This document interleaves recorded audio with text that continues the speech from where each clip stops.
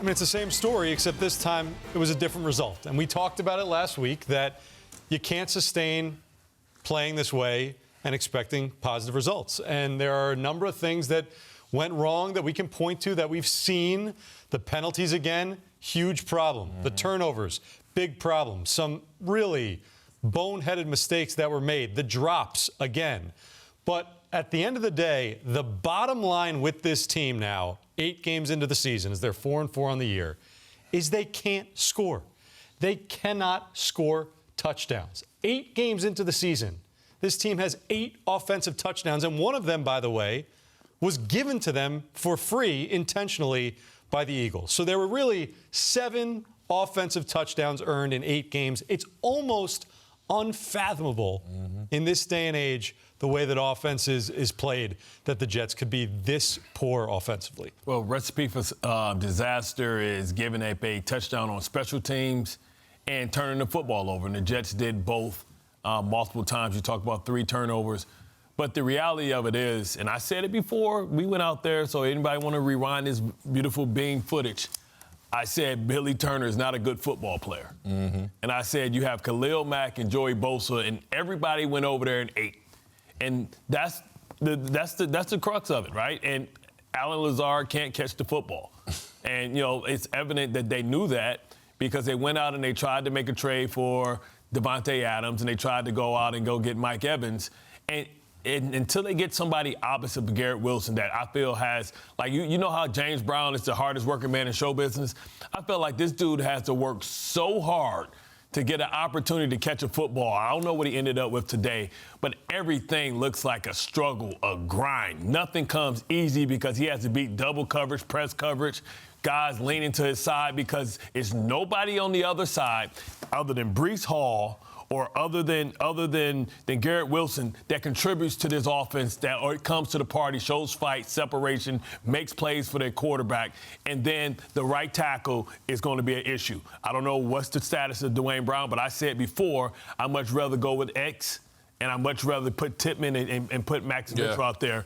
Everything that happened bad today happened because Billy Turner is not a good football player.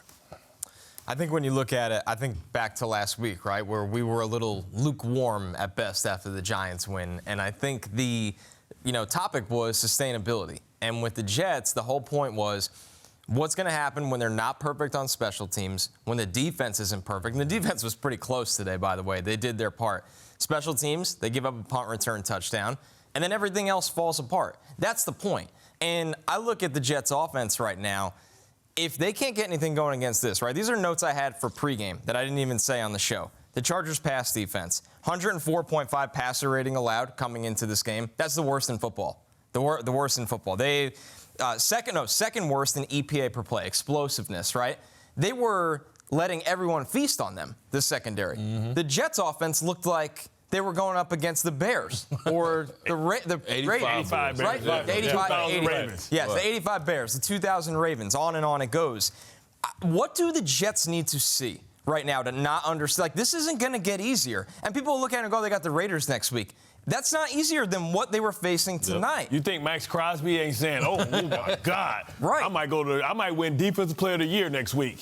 And right. And enough of this. It's everything right now. The play calling is bad. The quarterbacking is bad. The offensive line, for the most part, is bad. And to Bart's opening point, besides Garrett Wilson and Breece Hall, there's no one else they can lean on to bail them out. And the Jets play the same script every single week. Yeah. They play great defense. They usually play good special teams. Didn't happen today. And they expect Breece Hall to make something out of nothing on a miracle play.